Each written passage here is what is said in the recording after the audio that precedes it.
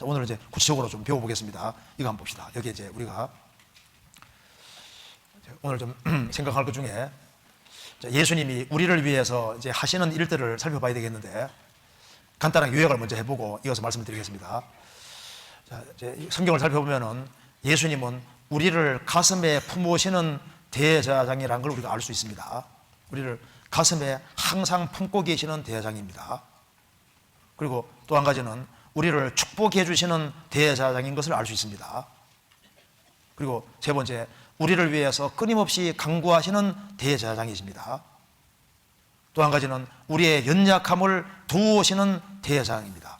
그리고 날마다 우리 짐을 지시는 대제사장이라고 성경이 말하고 있습니다. 그리고 우리를 치리하시는, 직접 하나님의 집에서 우리를 다스려 가시는 대제사장, 그리고 우리를 선한 것으로 이끄시는 대제사장, 그리고 은혜와 성령을 부으시는 대제사장, 우리를 헌신하게 만드시는 대제사장, 이런 내용들이 성경에 기록이 되어 있는데요, 이걸 한번 간단하게 한번 생각을 해보겠습니다. 먼저 출애굽기 28장 보시겠습니다. 출애굽기 28장 15절.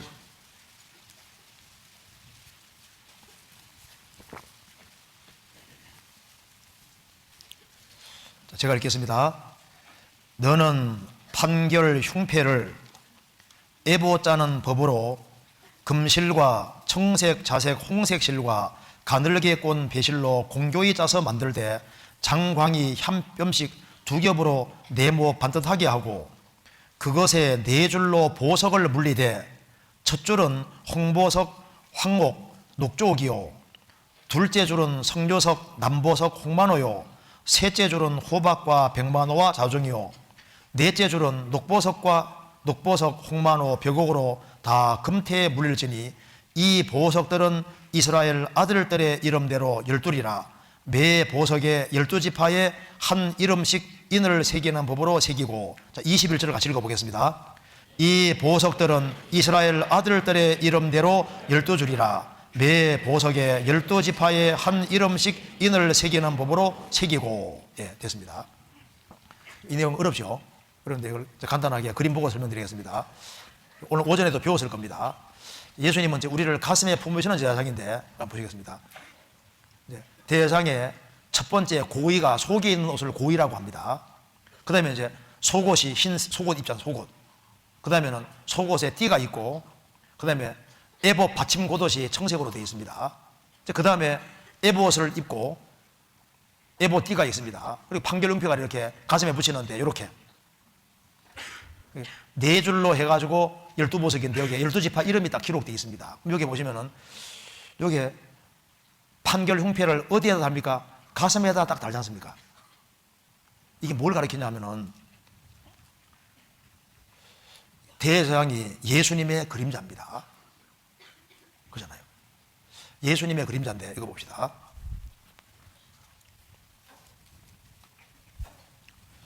성경 학개에서 1장에 보시면은 학개에서 1장에 예수님을 가리켜서 만국의 보배라고 했습니다. 예수님은 전 세계 지구상의 모든 나라 사람들의 보배다. 예수님은 만국의 보배가 되십니다. 그리고 이제 성경 베드로전서 2장에 보면은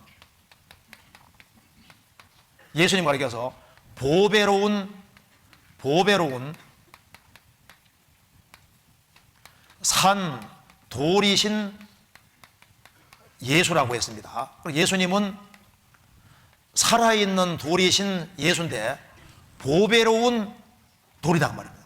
자, 보석이 뭔지 아시죠? 보석을 딱 줄이면 뭡니까? 아니, 보배로운 돌을 줄이면 뭐예요? 자, 보배로운 돌을 줄이면 뭡니까? 그게 보석. 그러니까 보배로운 돌을 줄이면 이게 보석이에요, 보석. 자, 너무 쉬운 걸 묻죠. 자, 그런데 베드로전서 2장이 말하기를 너희도 산돌같이, 보배로우신 산돌과 연결된 사람은 예수님의 살아있는 생명을 받았으니까 그리스도인들도 보배로운 산돌이 됐는데, 예수님 얼른 보면 돌멩이처럼 보이는데, 평범한 돌처럼 보이는데 보면은 이게 보석인 거예요. 그리스도인들도 뭐 평범해 돌처럼 보이는데 예수님 피가 발려 있으니까 그리스도인들은 보배로운 산돌이신데 보석이다 그 말입니다. 그래서 성경에 보면은 말라기 3장에 보면은 그리스도인들을 가리켜서 나의 특별한 소유로 삼을 것이요, 특별한 소유가 영적 보내는 주얼 복수라고 했습니다. 보석이라고, 보석. 그러니까 말라기 3장에서 그리스도인들을 보석이라고 했습니다. 보석. 그러니까 판결 흉패에 12보석이 이렇게 가슴에 딱 있는데 12보석이 12지파 이름이 다 들어가 있는 겁니다. 그런데 이것이 가슴에 딱 있는 거예요.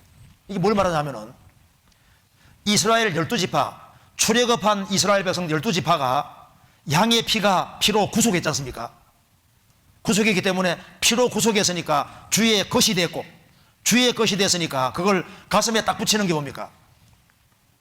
신약시대에 예수님 피로 구원받은 사람 한 사람 한 사람이 주님 보실 때 보배로운 보석이고, 그 구원받은 한 사람 한 사람이 주님의 마음속에 들어있다는 것을 이렇게 판결 흉패에 딱 붙임으로 설명해 주고 있는 거예요. 그러니까 그리스도인 각자가 주님 마음속에 들어가 있는 거라니까요.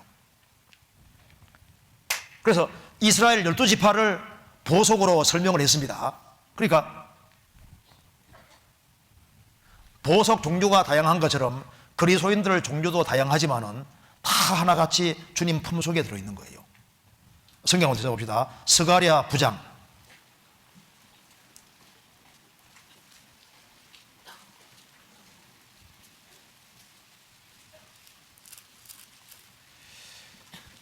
스가랴 9장 16절입니다.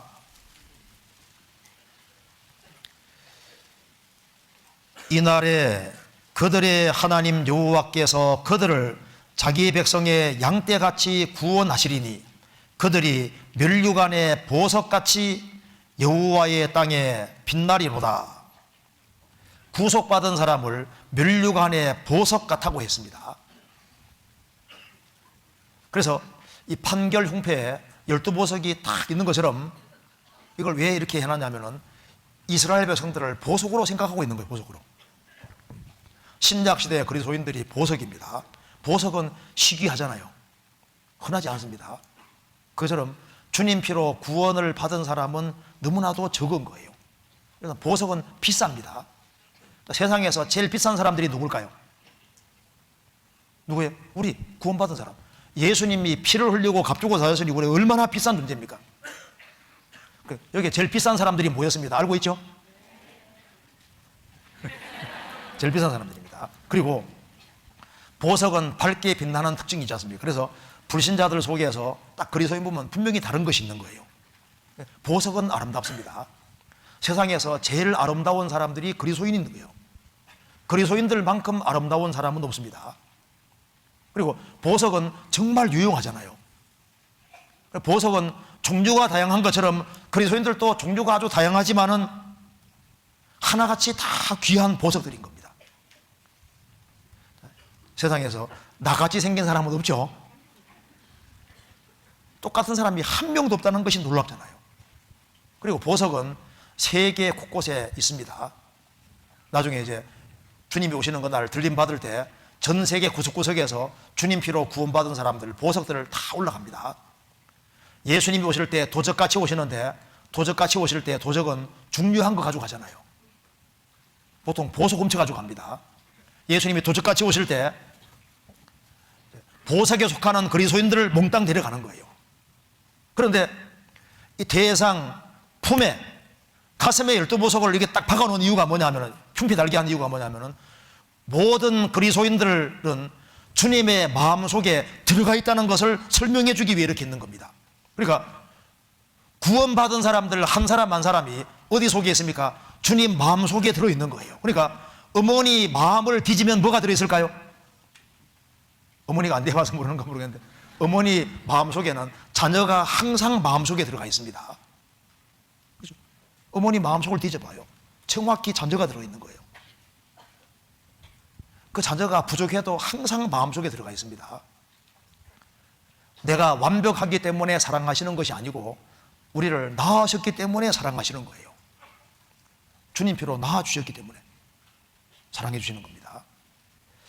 성경에 보면은 그 엘리야가 수넴 여인의 아들을 살렸습니다. 그 아이가 7번 재채기를 하고 살아났는데 그 재채기 소리 들으면 좋아요, 안 좋아요? 재채기 할 때 옆에 있으면 좋아요, 안 좋아요? 싫죠? 재채기를 할 때 7번이나 재채기 하는데 엘리야는 죽은 아들이 7번 재채하고 살아날 때 그 소리가 듣기가 좋았을까요, 나빴을까요? 그렇죠?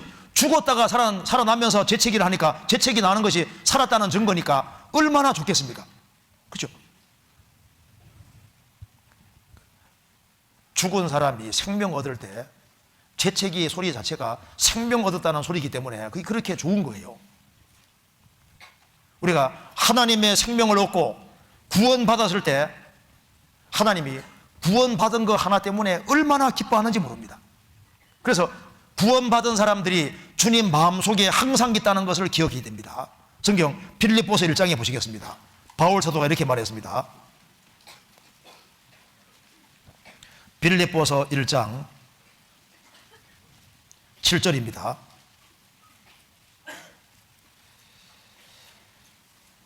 내가 너희 무리를 위하여 이같이 생각하는 것이 마땅하니 이는 너희가 내 마음에 있음이며 나의 매임과 복음을 변명함과 확정함에 너희가 다 나와 함께 은혜에 참여하는 자가 됨이라. 너희가 내 마음에 있음이며, 그렇죠? 바울 사도 마음속에 빌립보 성도들이 들어있었습니다. 그 옛날에 피해 여왕 메리 마음속에 죽어가면서도 그 영국이 지배했던 칼레를 프랑스에게 뺏긴 이후에 그 메리 왕은 항상 마음속에 칼레라는 그 도시를 마음속에 항상 가지고 있었습니다. 찬학계 마음속에 칼레 여기 이거 해왔는가요 모르겠다. 없네요. 있으면 좋았는데 그 칼레라는 것이 이제 거기에 프랑스의 여기 이제 중요한 도시인데요. 그걸 이제 프랑스에게 빼앗겨가지고 메리 왕이 계속 속으로 알았습니다. 그 마음속에 칼레라는 도시가 있는데 우리의 주님은 구원받은 사람이 마음속에 있다는 것을 우리가 생각해야 됩니다. 그래서 우리를 지금 안고 가고 있는 거예요. 가슴에 품고 있다는 걸 우리가 안고 가고 있는 겁니다. 그래서 다른 사람들은 다 나를 잊어도 주님은 나를 마음속에 항상 품고 계시고 나를 안고 가신다는 사실을 생각해야 됩니다. 주님은 나를 생각하고 계시는 거예요.